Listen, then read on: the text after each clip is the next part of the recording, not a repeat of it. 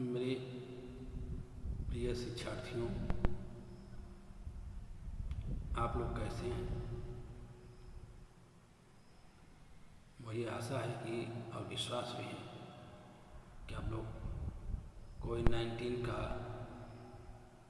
संघर्ष करते हुए आप लोग अच्छे ही होंगे।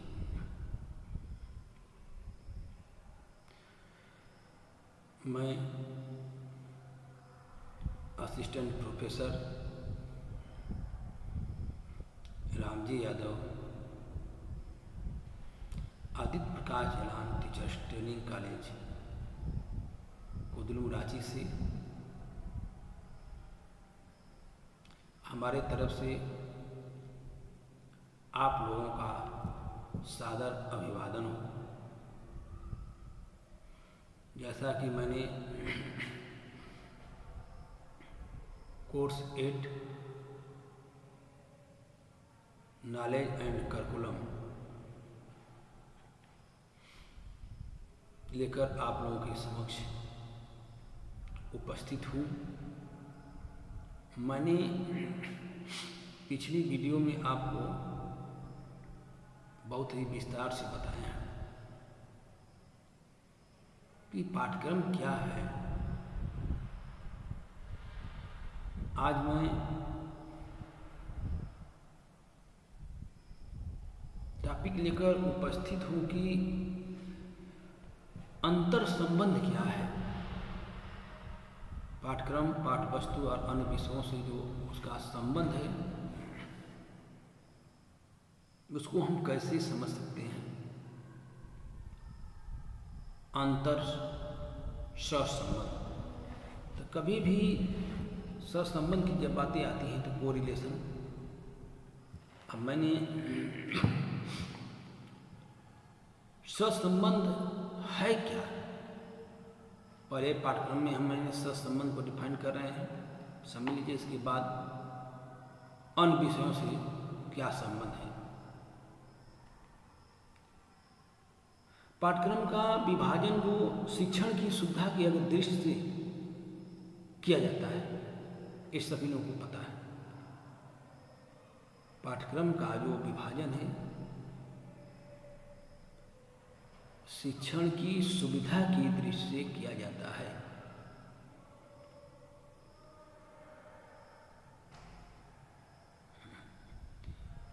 परंतु इसका जो आशय है यह नहीं है कि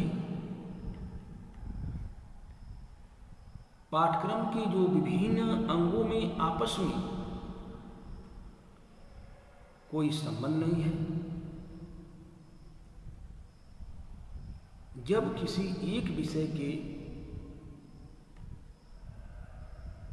अध्ययन करने में जब दूसरे विषय का सहायता ली जाती है तो हम कह सकते हैं कि दोनों विषयों को आपस में सहसंबंध है। एक विषय को हल करने के लिए जब दूसरी विषय की सहायता ली जाती है तब स्पष्ट रूप से यह परिलक्षित होता है कि इन दोनों विषयों में सहसंबंध है। अर्थात और उसको क्लियर करना चाहते हैं तो जैसे जिस प्रकार गणित का अध्ययन में भौतिक विज्ञान सहायक है, वास्तव में है गणित जैसे उसी भौतिक में भी गणित है, तो गणित विषय के अध्ययन में भौतिक विषय विज्ञान भी सहायक होता है। उसी प्रकार इतिहास को बिना भूगोल की सहायता के लिए भली भांति नहीं समझ सकते। तो इतिहास को जानने के लिए भौगोलिक दृष्टि भी जानना जरूरी है, भूगोल भी पढ़ना जरूरी है, और इन दोनों में सहसंबंध स्थापित होते हैं। सहसंबंध में एक हैं डॉक्टर जाकिर हुसैन, नाम भी सुने होंगे। डॉक्टर जाकिर हुसैन ने अपनी समिति के अनुसार, अपने जाकिर हुसैन की समिति के अनुसार एक बात कही गई कि समस्त वास्तविक जीवन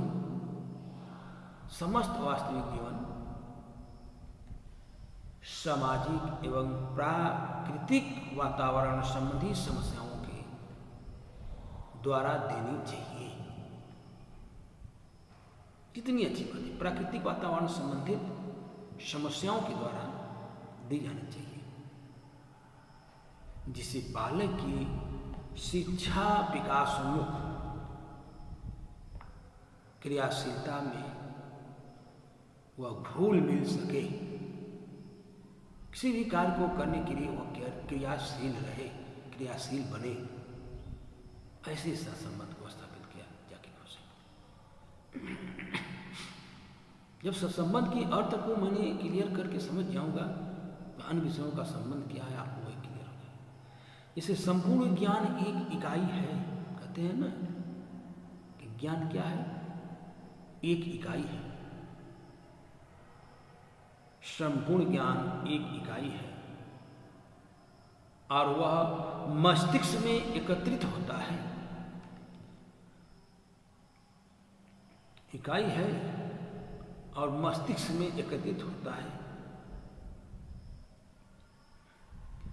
प्राचीन काल में यह समझा जाता था कि मनुष्य के मस्तिष्क में विभिन्न मानसिक शक्तियां विद्यमान हैं। मनुष्य की प्राचीन में इसीलिए रखा गया, प्राचीन काल में कहा गया था कि मानव के मस्तिष्क में विभिन्न प्रकार की शक्तियां विकसित हैं, मानसिक शक्तियां विकसित हैं। मानसिक शक्तियों के अंतर्गत क्या आ सकता है, जैसे तर्क शक्ति, चिंतन शक्ति, कल्पना शक्ति, स्मरण शक्ति, स्मरण शक्ति आदि के अलग अलग विभाग बने हुए हैं।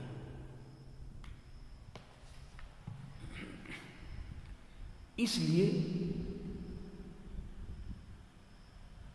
भिन्न भिन्न विषयों का जो चयन उन शक्तियों के विकास के लिए किया जाता था। तर्क शक्ति, चिंता शक्ति, स्मरण शक्ति, कल्पना शक्ति, ये सब विकास जो हो किया जाता है वह विभिन्न विषयों के चयन की शक्तियों के विकास के लिए किया जाता है। लेकिन अब मनोवैज्ञानिकों या मनोवैज्ञानिक खोजों ने यह प्रमाणित कर दिया है कि अलग अलग विभागों वाला यह जो सिद्धांत है सर्वथा निर्मूल है।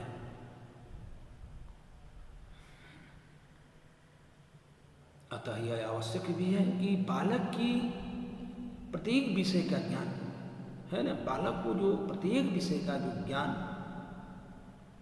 दूसरे विषयों के ज्ञान से संबंधित करके दिया जाए, ताकि वह एक इकाई के रूप में उसके लिए अर्थपूर्ण हो।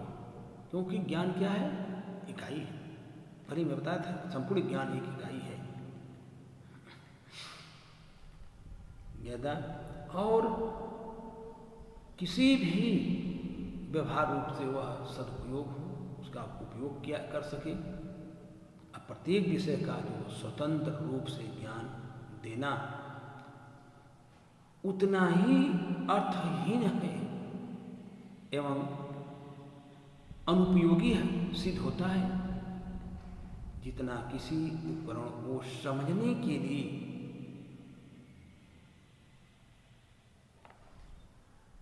किसी भी उपकरण को समझने के लिए उसके अंगों का को पृथक पृथक कर देना सिद्ध होता है।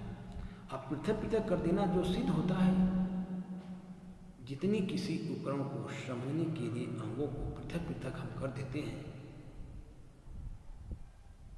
मनोविज्ञान के एक नवीन अनुसंधानों में ये बातें सिद्ध भी की गई है कि बच्चा जब स्कूल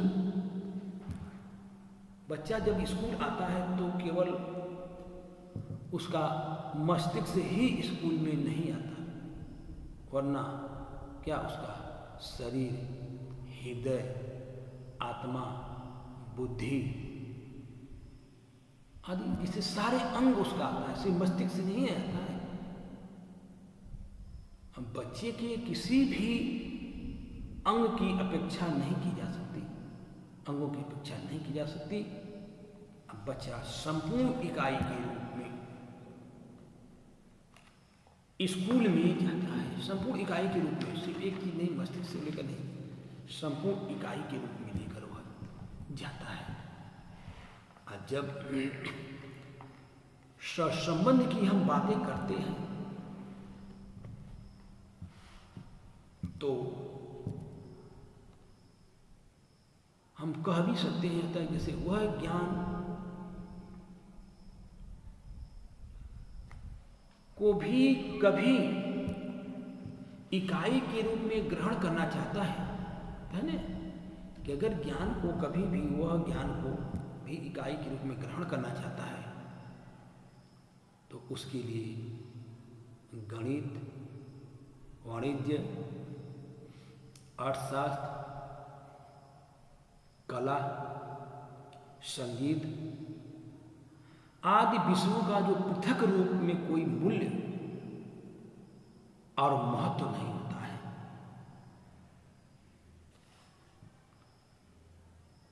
शिक्षा शास्त्रियों ने इसी कारण यह निर्णय लिया यह निर्णय किया कि सभी विषय को आपस में संबंधित करके ही संक्षिप्त रूप में पढ़ाना चाहिए। साथ ही किसी विषय की जब ज्ञान को हम अर्थपूर्ण एवं उपयोगी बनाने के लिए यह आवश्यक है कि उसका ज्ञान बालक के दैनिक जीवन संबंधित क्रियाओं, समस्याओं, आवश्यकताओं तथा दूसरे विषयों के ज्ञान से संबंधित करके ही दिया जाए। हर विषयों के ज्ञान से संबंधित करके शिक्षा दी जाए। और जब मैं विभिन्न विषयों के इस पारस्परिक संबंधों को हम शिक्षा में अंतर विषयीय तकनीकी भी कहते हैं। इसीलिए पाठ्यक्रम, पाठ्यपुस्तक, अन्य विषयों में सहसंबंध, अंतर सहसंबंध क्या है इसको मैंने विस्तार से बताया कि वास्तव में सहसंबंध का क्या है। उसी रूप में सहसंबंध की से लाभ क्या हो सकते हैं, सहसंबंध के लाभ क्या है, तो वो क्लियर है कि जिस चीजें से लाभ है उसके कुछ दोष भी होंगे, उसके प्रकार भी होंगे। तो मैंने सहसंबंध के लाभ की जो बातें हम करते हैं कि सहसंबंध से लाभ क्या है, तो बातें आती हैं कि छात्र विषय का बारीकी के साथ ज्ञान प्राप्त करते हैं।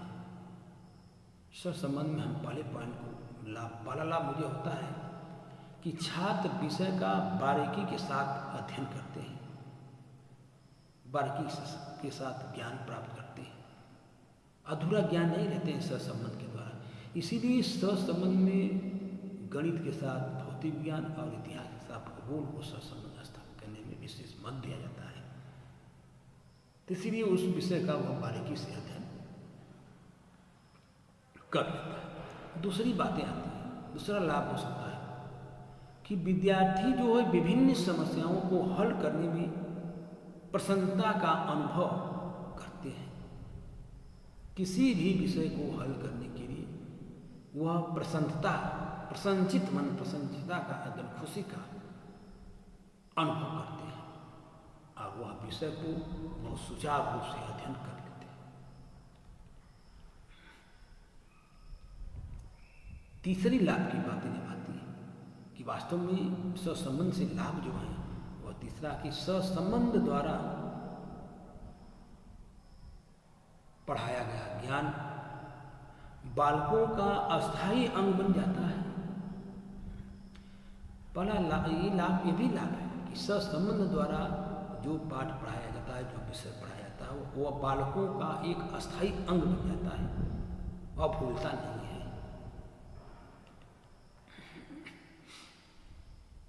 और चौथी बात लाभ में कि सहसंबंध संपूर्ण पाठ्यक्रम को एक इकाई के रूप में प्रस्तुत करता है।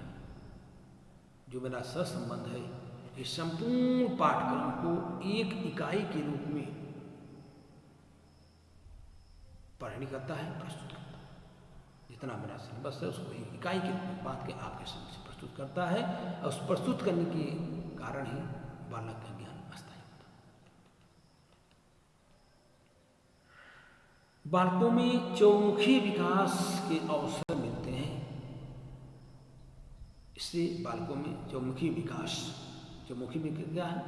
शारीरिक विकास, मानसिक विकास, आध्यात्मिक विकास, शारीरिक विकास, संवेगात्मक विकास, चारित्रिक विकास, ये क्या है?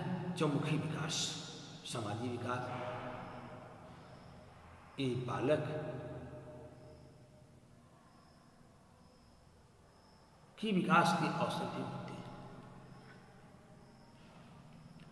एक लाभ की बातें हम उसमें और रख सकते हैं, सहसंबंध से जो लाभ है, जैसे स्कूल एवं समुदाय के बीच दूरी को कम करने में सहायता मिलती है। सहसंबंध के द्वारा स्कूल और समुदाय के बीच की दूरी को कम करने में सहायता मिलती है। जैसे गणित हल करने जिसको तैयार हो जाएगी, उसको भौतिक ज्ञान तैयार हो जाता है, भौतिक ज्ञान तैयार। सेम वही चीज जिसको भौगोलिक ज्ञान हो जाता है क्षेत्र का, उसका इतिहास वह जान सकता है। तो उसी तरह समुदाय के बीच और स्कूल के बीच की दूरी को भी वह तय करने में सफल।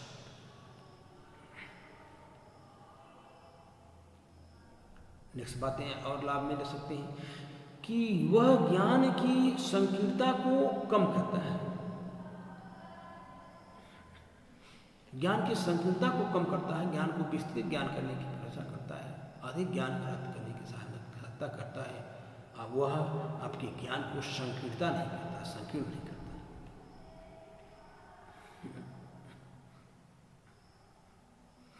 और जब शिक्षा के स्वाभाविक रूप को वह संवारता भी है, शिक्षा के स्वाभाविक रूप को संवारता भी है, और वह शिक्षा के उद्देश्य को एक अच्छे लक्ष्य तक पहुंचाने की कोशिश करता भी है बालक। और पाठ्यक्रम किससे लाभ हो सकते हैं? पाठ्यक्रम कहता है कि करके सीखो, ये भी एक लाभ है। और शिक्षण सूत्र का प्रयोग होता है जब विषय से लाभ अंतर संबंध जोड़ते हैं, तो वह कहता है पाठ्यक्रम से लाभ हो सकता है कि पाठ्यक्रम कहता है करके सीखो। ये विधि जो है, करके सीखने की विधि सबसे इंपॉर्टेंट है।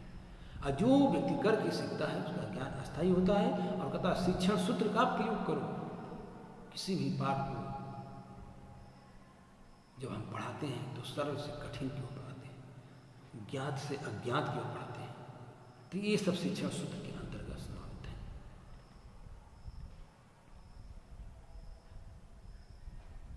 अगला लाभ में और हम एक चीज और रख सकते हैं, जैसे कि अध्यापक की जो दृष्टिकोण का व्यापक होता है, इसे अध्यापक के दृष्टिकोणों का व्यापक होता है। अध्यापक का दृष्टि जो है, दृष्टिकोण जो है, वो बहुत व्यापक होता है,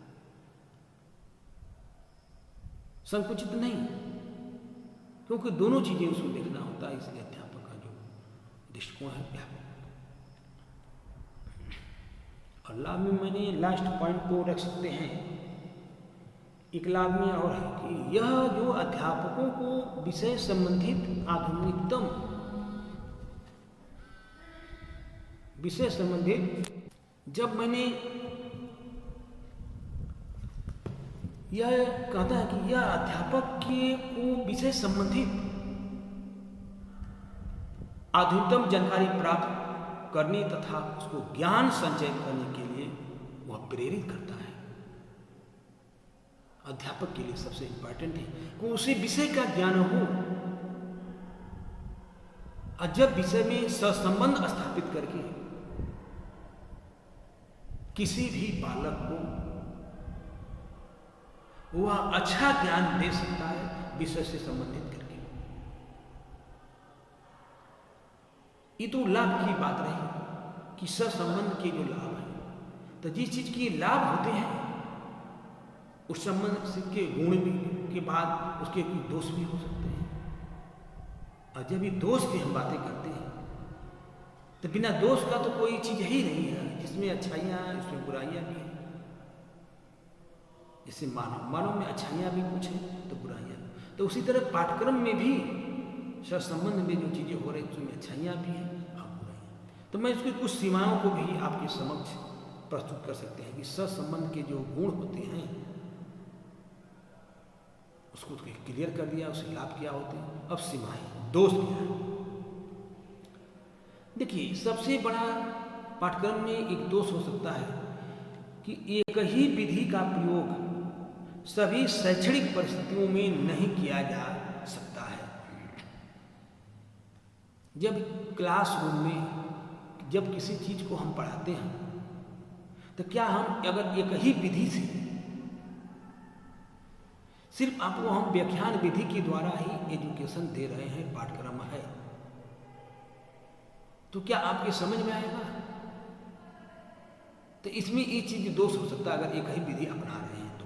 और शैक्षणिक परिस्थितियों में इसका उपयोग नहीं किया जा सकता, इसलिए विधियों को बदल बदल के किया जाता है। तो इसमें एक कुछ दोष होते हैं, एक ही विधि का इसमें नहीं होना चाहिए। और एक बातें हैं कि इस बात को प्रोफेसर नायडू ने भी कहा है, बातें मैंने बता चुके थे प्रोफेसर नायडू ने।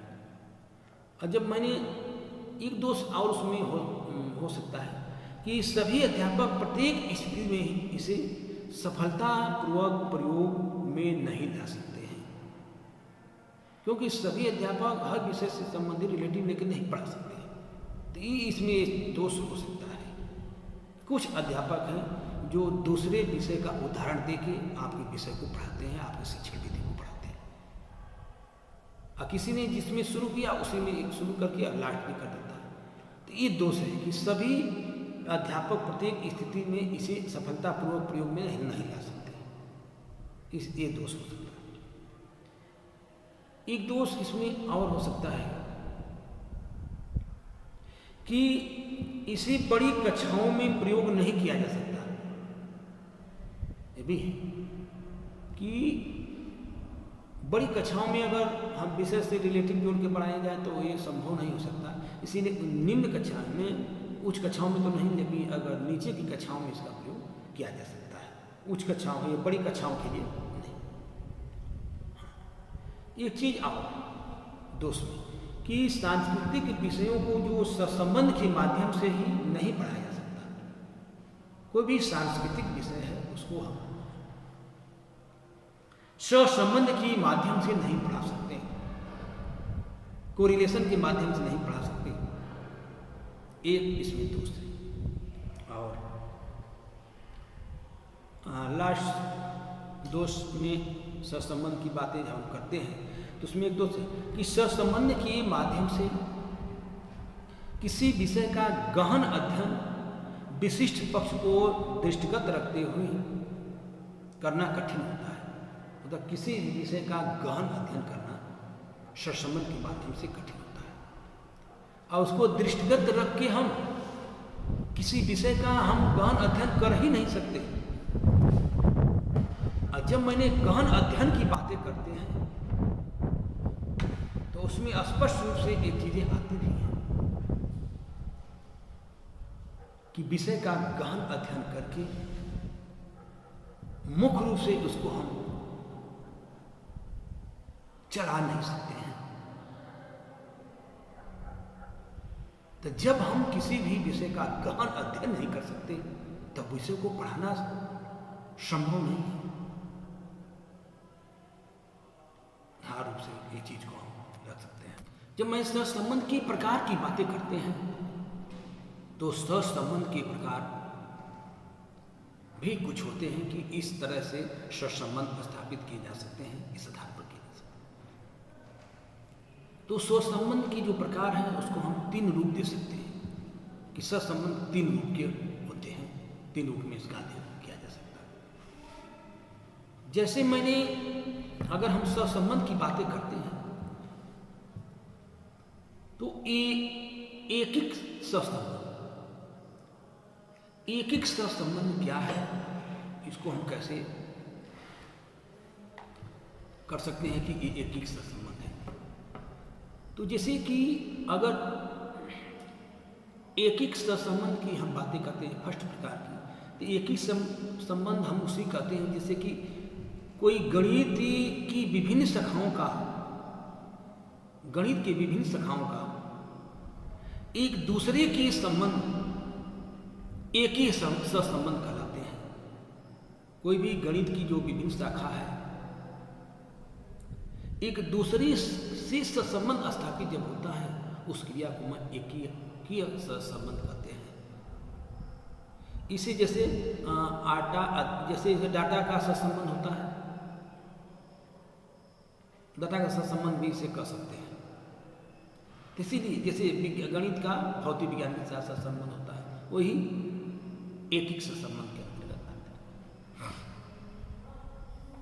इसी रूप में मैंने